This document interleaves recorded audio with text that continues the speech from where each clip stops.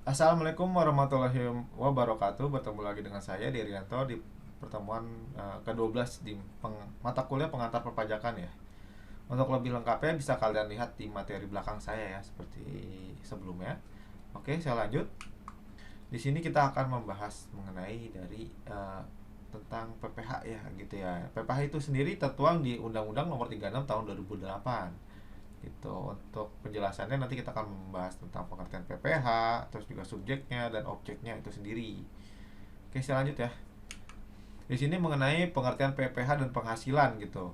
Untuk itu ya berupa pajak yang dikenakan terhadap subjek pajak atas penghasilan yang diterima atau diperoleh dari tahun pajak gitu. Oke, saya lanjut. Untuk penghasilan sendiri yaitu adalah setiap tambahan kemampuan ekonomis yang diterima atau diperoleh dari wajib pajak baik yang berasal dari dalam negeri yaitu Indonesia maupun luar negeri yang didapat atau dipakai untuk dikonsumsi atau menambah kekayaan wajib pajak yang bersangkutan dengan nama dalam bentuk apapun. Oke, saya lanjut ya. Di sini mengenai subjek pajaknya yaitu orang pribadi, yang kedua adalah warisan yang belum terbagi, terus juga ada badan yang terdiri dari CV, terus BUMN, BUMD, terus nama apapun ya seperti firma, kongsi, koperasi dan lain-lainnya gitu ya. Terus juga mengenai bentuk usaha tetap itu juga termasuk sebagai kategori subjek pajak gitu. Oke, saya lanjut ya. Ini masih subjek pajak di dalam dan luar negeri ya gitu. Nah, di sini subjek pajak dalam negerinya yaitu subjek pajak orang pribadi yang berada di Indonesia ya lebih dari 183 hari dalam jangka waktu 12 bulan atau orang pribadi yang 1 tahun pajak berada di Indonesia. Terus juga badan yang didirikan atau berkedudukan di Indonesia itu termasuk. Untuk subjek luar negerinya yaitu orang pribadi yang tidak bertempat tinggal di Indonesia atau berada di Indonesia tidak lebih dari 183 hari atau 12 bulan gitu. Orang pribadinya sebagai poin yang tadi ya sebelumnya yaitu menerima penghasilan di Indonesia, terus juga badan yang tidak didirikan dan tidak bertempat kedudukan di Indonesia yang menjalankan usaha atau melakukan kegiatan BUT di Indonesia. Terus juga sama ya gitu, menerima atau mendapatkan penghasilan yang bukan dari BUT di Indonesia gitu. Oke, saya lanjut. Mulai dan berakhirnya kewajiban dari pajak mengenai subjeknya ya. Di sini ada pertama ada subjek pajak dalam negeri orang pribadi, yaitu adalah mulai saat dilahirkan atau berakhir atau meninggal dunia gitu ya. Terus juga mulai berada di Indonesia dan berakhir saat meninggalkan Indonesia untuk selama-lamanya. Juga subjek pajak dalam negeri badan yaitu mulai saat didirikan sampai dengan berakhirnya dibubarkan gitu. Terus juga yang ketiga yang berupa pajak luar negeri dari BOT dari mulai saat menjalankan usaha hingga berakhir saat tidak lagi menjalankan. Yang selanjutnya mulai dari saat menerima penghasilan di Indonesia hingga berakhirnya saat tidak lagi menerima penghasilan di Indonesia.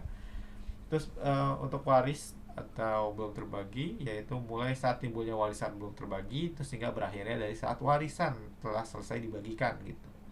Oke, saya lanjut. Yang tidak termasuk dari subjek pajak ya di sini ada kayak badan perwakilan negara asing, terus juga pejabat diplomatik, terus juga organisasi internasional, terus pejabat wakil organisasi internasional. Pokoknya yang berhubungan dengan kerjasama internasional ya gitu.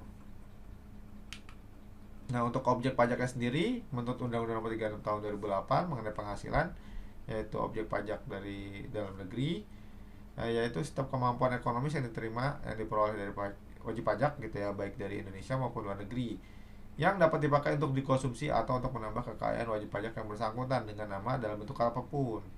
Yang kedua adalah arti penghasilan objek pajak dari bagi wajib pajak luar negeri yaitu penghasilan terbatas pada penghasilan yang bersumber dari Indonesia.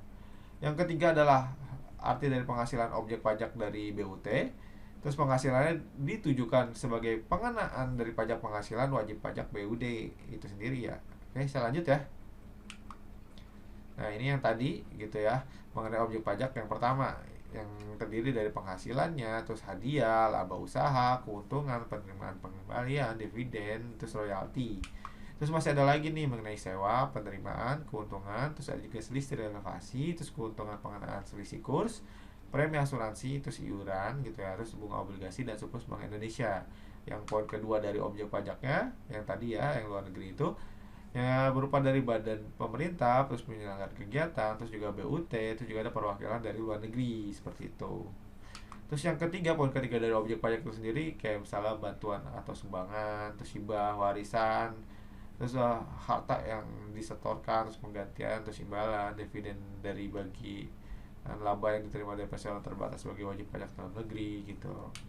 Terus juga ada iuran, terus juga ada bagian laba, terus ada bunga obligasi juga, terus ada untuk perusahaan kecil menengah biasanya berupa saham ya, terus tidak diperdagangkan di bursa efek juga bisa gitu.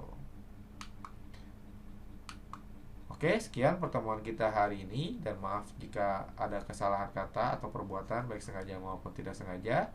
Wabillahi taufiq wal hidayah. Wassalamualaikum warahmatullahi wabarakatuh.